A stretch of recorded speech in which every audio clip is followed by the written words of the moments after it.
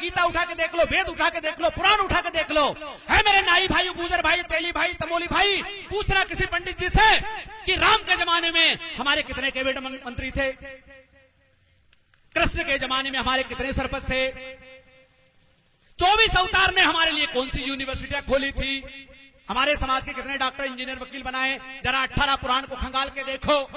आपका सिर्फ भैंस चराने में, भैंस पालने में, भटे टमाटर उगाने में, मालिश और पालिश करने में आरक्षण दिया था इस देश के पाखंडियों ने, इस देश के देवी देवताओं ने, इस देश के 24 अवतार ने, 33 करोड़ देवता ने गुलामी की जंजीरें आपको पकड़ा दी थी। उसी को धर्म कहा गया कि यही धर्म है। हेलो, जब आप गुलामी करते थे तो धर्म था। जब आप पैंट शर्ट पहनने लग गए, मास्टर बन गए, पटवारी बन गए, डॉक्टर बन गए, इंजीनियर बन गए, सांसद बन गए, वकील बन गए, तो कलयुग आ गया। अब कलयुग चल रही है। हेलो, इस देश में कलयुग चल रहा है। विचार कीजिए, चिंतन कीजिए, गौर कीजिए।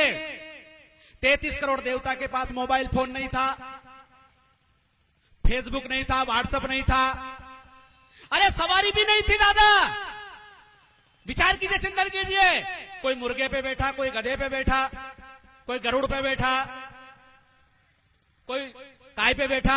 अरे तुम एक सवारी का आविष्कार नहीं कर पाए। आप कहते हो कि ब्राह्मण ही ज्ञानी है, तो भैया ज्ञानी है तो आपने आविष्कार कौन सा किया? अरे सारी दुनिया बैलगाड़ी में थी। एक लुहार के लड़के ने अपना दिमाग चलाया इंग्लैंड में, और उसने देखा कि भगोनी की जो दाल उबल रही है और ढक्कन भड़बड़ कर रहा है, अगर इसको एक बेहतरीन यंत्र बना दिया जाए तो दुनिया बैलगाड़ी से निकाल करके रेलगाड़ी में आ जाएगी। ये एक सुतार के लड़के, लुहार के लड़के के दिमाग का कमाल है। सज्जनों, ऐसी बात नहीं है कि हमारे सोंदिया भाई, गुजर भाई, अंजना भाई, कुमावत भाई ये अकलमंद नहीं है। ये अकलमंद हो सकते हैं, ये ज्ञानी हो सकते हैं, लेकिन इनको ज्ञानी बनने ही नहीं दिया गया, इनको पढ़ाया नहीं गया। आज मुसलमान की मस्जिद में जाकर के देखना, जाके देखना, वहां का मौलवी अपने बच्चों को कुरान और हदीस को हिफ्ज करवाता है, पढ़ाता है, अरबी फारसी पढ़ाता है, उर्दू पढ़ाता है। मैं पूछना चाहता हूं, एक गुजर का गांव है पूरा, एक सोंदिया का गांव है, एक अंजना का गांव है, एक कुमावत का गांव है, उसमें मंदिर है, वहां का पुजारी क्यों नहीं पढ़ाता है? चलो चमार बड़ी भील बागरी से तो अबड़ा है तुम्हारो भगवान, मत पढ़ाओ, अनके पिछड़ा वर्ग से तो नहीं अबड़ा है, अनके पढ़ा दो, गुजर के पढ़ा दो। पर जिस दिन गुजर अकलबंद हो गया, डांगी अकलबंद हो गया, सोंदिया हो गया, कुमावत हो गया, तो फिर इस देश में ज्यादा कलयुग आ जाएगा। अभी तो कम आयो, घोर कलयुग आ जाएगा। क्योंकि ज्ञानी आदमी खतरनाक होता है, ज्ञानी आदमी संसार में सबसे ज्यादा खतरनाक होता है। इसलिए भारत के पाखंडियों ने लिखा, स्त्री शूद्रो न धीमताम, स्त्री और शूद्र को विद्या मत दो, क्योंकि कम अकल से कहीं को भी काम करवा सको, कम अकल के कहीं भी कथा पुराण सुनाओ। एक देवता के 10 हाथ था, दूसरा के 20 हाथ था, तीसरा के 50 हाथ था, तो एक के 1000 हाथ था। तो जो गमना गमचारेगा भी मानेगा। कोई मटका से पैदा हो, कोई मुंडा से पैदा हो, कोई कान से पैदा हो, कोई हिरणी से पैदा हुआ। ऐसी जो कथा है, इन कथाओं को कब मानोगे? जब ढांडा रोगा, गमना रोगा, गमचा रोगा, अनपढ़ रोगा। पढ़े लिखे हो जाएगा तो आदमी तर्क करेगा, चिंतन करेगा, मनन करेगा, विचार करेगा। इसलिए इस देश की जनता को गमना और गमचा रखा गया। आज बहुत सारे लोग कहते हैं सब आरक्षण गलत है, आरक्षण आर्थिक आधार पर होना चाहिए। अरे सदियों से जो तुमने आरक्षण बनाया, इससे देश कैसे बर्बाद हुआ वो मैं बता दूं आपको। जब ब्राह्मण ही पढ़ा लिखा था तो उसने छत्री को भी ढंग से नहीं पढ़ाया, क्योंकि छत्री भी अकलमंद हो गया तो अपना छत्री पर खेड़ दोगे।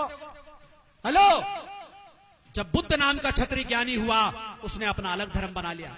जब महावीर नाम का ज्ञानी हुआ छत्री, उसने अपना जैन धर्म बना लिया। जब कबीर नाम का ज्ञानी हुआ तो उसने अपना अलग पंथ बनाया। भारत में जब जब कोई ज्ञानी हुआ है, SC ST OBC में, या छत्री भी ज्ञानी बनेगा तो वो अपना अलग सिस्टम बनाएगा। क्यों? क्योंकि वेद पुराण की जो पुराना सिस्टम है वो गलत है। और उस सिस्टम में, वो सिस्टम क्या है? भगवान ने ऊंची नीची पेड़ी बनाई है, सब अपनी पेड़ी पे बैठा रहो, जूता खाता रहो, जूता देता रहो, इससे अगला जन्म सुधर जाएगा। ब्राह्मण ज्ञानी बनेगा, छत्री का काम है लटा पटा मनक घटा। अच्छा, छत्री को क्या आरक्षण दिया? छत्री को यह आरक्षण नहीं है कि वो पूरी दुनिया की यात्रा करे, पूरी दुनिया में जाकर के राज करे। आपने देखा होगा इस देश के क्षत्रियों ने अगर मारा है तो किसको मारा? चमार बड़ी भील बागरी बरगुंडा नाई धोबी तेली तमोली, इनकी बारात रोकी। हेलो, बारात भी रोके तो कहा मरिया मराए के मारे। हेलो, मरिया मराए के। अरे दुनिया में राज करना था ना तुम्हें, 7 समुद्र पार से अंग्रेज आ गए, पूरी दुनिया में राज किया और तुम यही लटा पटा बैठा मना गठा में लगा दिया। तुम्हारी ताकत यहाँ की यही लगी। तुम्हारी जिंदगी का मकसद क्या बनाया? हमारे जैसे पाखंडियों ने, धर्म के ठेकेदारों ने क्या कहा? छत्री को काम है नीची जाति को तपाओ, सोंदिया गुर्जर दांगी यादव माली तेली तमोली ये नाई धोबी इनको अपनी जाति को काम कराओ, नहीं करे तो मारो। ये तो बापड़ा अंग्रेज अच्छा आ गया जो ये सारा सिस्टम बदल दिया। इस देश के शोषकों की ऐसी रगड़ाई और ऐसी तपाई करी कि आज भी 15 अगस्त 26 जनवरी पे बोले गोरागढ़ था, गढ़ा मारिया, कुर्सी पे नहीं बैठ देता था, रेल में नहीं बैठ देता था। अरे भाई तुम भी तो कुर्सी पे नहीं बैठने दे रहे हो। आज दलित समाज का, आदिवासी समाज का, पिछड़ी जाति का व्यक्ति अगर सरपंच बन जाता रहे तो आज आप भी तो नहीं बैठने दे रहे हो। वो गोरे अंग्रेज थे, आप काले अंग्रेज हो। तो सज्जनों, इस आरक्षण से क्या नुकसान हुआ? छत्री के एक साथ बीमारी हो गई कि अपनी जिंदगी को लक्ष्य कहीं है सिर्फ नीची जाति का दबानो और कोई लक्ष्य नहीं हो। बनिए ने सोचे बापड़ा ने कि अपने कहीं करनो, छत्री और ब्राह्मण ये राजनीति करे, ये कहीं करे, अपन तो दुकान पे सौदो वो में बेचारा औंधा हो गया। आज को पता होना चाहिए सज्जनों, अंग्रेज जब नहीं आए थे एक भी बनिया समाज का आदमी बहुत बड़ा ज्ञानी नहीं बना, एक भी इतना बड़ा कवि, इतना बड़ा साहित्यकार नहीं हुआ, एक भी बनिया बहुत बड़ा ज्ञानी, बहुत बड़ा विद्वान और बहुत बड़े तलवारबाज नहीं हो पाया। क्यों? क्योंकि जेको काम जेके साजे और करे तो डींगा बाजे। जो जिस जाति में पैदा हुआ उसको वैसा ही रहना है। सज्जनों, आज से 2500 साल पहले भगवान गौतम बुद्ध ने इस व्यवस्था के खिलाफ आंदोलन चलाया। उनने कहा सब मनुष्य बराबर है, सबको पढ़ने लिखने का अधिकार होना चाहिए, सबको अपना मर्जी का व्यवसाय करने का अधिकार होना चाहिए। नाई समाज के आदमी को महापंडित बना दिया। किसने? बुद्ध ने। सुजाता नाम के अहीर समाज की, गुर्जर समाज की लड़की ने उनको खीर खिलाई और उनको बुद्धत्व की प्राप्ति हुई। और बुद्धत्व की प्राप्ति में यह हुआ कि सब मनुष्य समान है और सबको अपनी मर्जी रुचि के हिसाब से इस जन्म में विकास करने का अधिकार है। स्वामी विवेकानंद अपने प्रवचन में कहते हैं, जो धर्म यह कहता है कि तुम्हारा अगले जन्म में तुम्हें अधिकार मिलेंगे, अगले जन्म में रोटी मिलेगी, अगले जन्म में तुम्हारा उद्धार होगा, वो धर्म नहीं अधर्म है। किसने देखा अगले जन्म में? इस जन्म में तुम गुलगुला खा रहे हो, इस जन्म में कमर तुम्हारी कमरे जैसी हो रही है, इस जन्म में तुम मारुति कार से उठी एसी से बाहर नहीं निकल रहे हो और हमें कह रहे हो कि तुम्हारा अगलो जन्म सुधारो।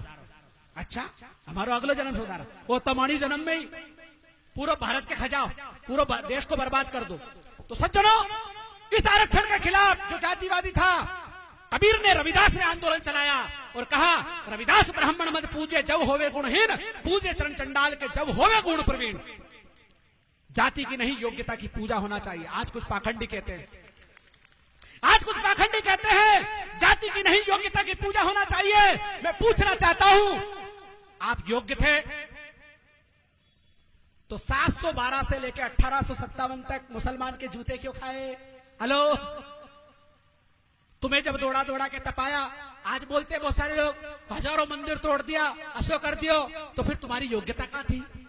हेलो, तुम्हारा 33 करोड़ देवता कहां था? तुम्हारा 24 अवतार कहीं कर रहा था? और चलो भी तो बापड़ा सो रहा था, भी तो बाटा लोड़ी का है। आप क्या कर रहे थे? आपकी योग्यता कहां गई थी? जब 1857 से लेकर 1947 तक अंग्रेजों ने तुम्हारी रगड़ाई की, उस समय तुम्हारी योग्यता और बहादुरी कहां थी? विचार कीजिए, चिंतन कीजिए। योग्यता किसी बाप की बपोती नहीं होती है, किसी जाति वर्ग की बपोती नहीं होती है, कोई जन्म से योग्य और अयोग्य नहीं होता है। सज्जनों, आदमी को 3 चीज से योग्य बनता है, एनवायरमेंट, एजुकेशन एंड एक्सपीरियंस। 3 चीजों से आदमी योग्य बन जाता है, चाहे वो किसी भी जाति वर्ग संप्रदाय का हो। एनवायरमेंट, जैसा आपका वातावरण होगा वैसा आदमी हो जाता है, जैसा आपका अनुभव होगा और जैसा एजुकेशन सिस्टम होगा। जब सदियों से आपने इंसान को पढ़ने ही नहीं दिया तो वो योग्य कहां से बने? हेलो, जब आदमी पढ़ने लगा, हिरण्यधनु महाभारत में पढ़ा होगा आपने, सुना होगा, हिरण्यधनु राजा का लड़का, भील का लड़का था, एकलव्य। जब वो अपनी धनुर्विद्या अपने गुरु के माध्यम से सीखा, शोषकों ने उसका अंगूठा काट दिया और कहा कि वो तो गुरुजी की मूर्ति बना के नाड़े आड़े विद्या सीख रही हो तो चोरी कर रही हो, तो इसलिए गुरुजी ने उसका अंगूठा मांग लिया और अतरो गमचो तो क्या उन्हें अंगूठा दे दियो। विचार कीजिए, चिंतन कीजिए, गौर कीजिए। अरे जब वो हिरण्यधन राजा का लड़का था तो उसका अपना गुरु होगा स्वयं का, वो दूसरे के गुरु के पास कहाँ को जाएगा? विचार कीजिए, चिंतन कीजिए, गौर कीजिए। इसलिए सज्जनों, एकलव्य का अंगूठा जबरदस्ती काटा गया और पाखंडियों ने क्या कहा कि वो तो गुरु दक्षिणा में दिया गया था। और इस देश के पाखंडी लोग उस गुरु द्रोणाचार्य के नाम पर बड़े बड़े पुरस्कार दिए जा रहे हैं कि अच्छो पहला अंगूठो काटो तो और अब द्रोणाचार्य को वो एकलव्य को पाठ हटा करके पाठ काट दियो। उनके बाप दादाओं ने हजारों साल पहले क्या काटा था? अंगूठा काटा था। और पहले जो 10 साल 20 साल पहले पढ़े हुए हैं, 5वीं में मध्य प्रदेश सरकार एकलव्य का पाठ पढ़ाती थी, वो पाठ हटा दिया, अब काट दिया। तो सज्जनों, ये सारी व्यवस्था, इस देश में 2 व्यवस्था है, एक शोषक की व्यवस्था है, एक शोषित की व्यवस्था है। शोषक के कौन लोग हैं और शोषित के कौन लोग हैं, ये आपको समझना पड़ेगा। तो कबीर ने कहा था, एक बूंद एक मलमूत्र एक चामर गूदा, एक ज्योति से सभी जन में को बामण को सूदा। एक बूंद, जिस माता पिता के रजवीर से ब्राह्मण क्षत्रिय वैश्य पैदा होते हैं, उसी से सुनार से लेकर चमार तक, कायस्थ से लेकर कहार पैदा होते हैं। 9 महीने में आप पैदा होते हैं, 9 महीने में हम पैदा होते हैं। अरे जहां से तुम खाते हो वहीं से हम खाते हैं, जहां से तुम निकालते हो वहीं से हम निकालते हैं। तो फिर ऊंची नीची पेड़ी कैसे? हेलो, थोड़ा हाउ कर दीजिए, विचार कीजिए, चिंतन कीजिए। कबीर कितनी बड़ी बात कहते हैं, कितनी बड़ी बात कहते हैं। एक बूंद एक मलमूत्र एक चामर गूदा और एक ज्योति से सभी जन में को बामण को सूदा। अरे मलमूत्र से भी जाति का पता चल जाता है। यो बकरी की मेंढगी है, ये ऊंट की लीद है, ये कुत्ते ने बिगाड़ा है। लेकिन एक गांव में अगर सभी जातियों के लोग खाड़ बिगाड़ के आ जाए, रोड बिगाड़ के आ जाए, तो पता नहीं चलेगा कि ये ठाकुर साहब का है कि पंडित जी का है कि पंडिता ने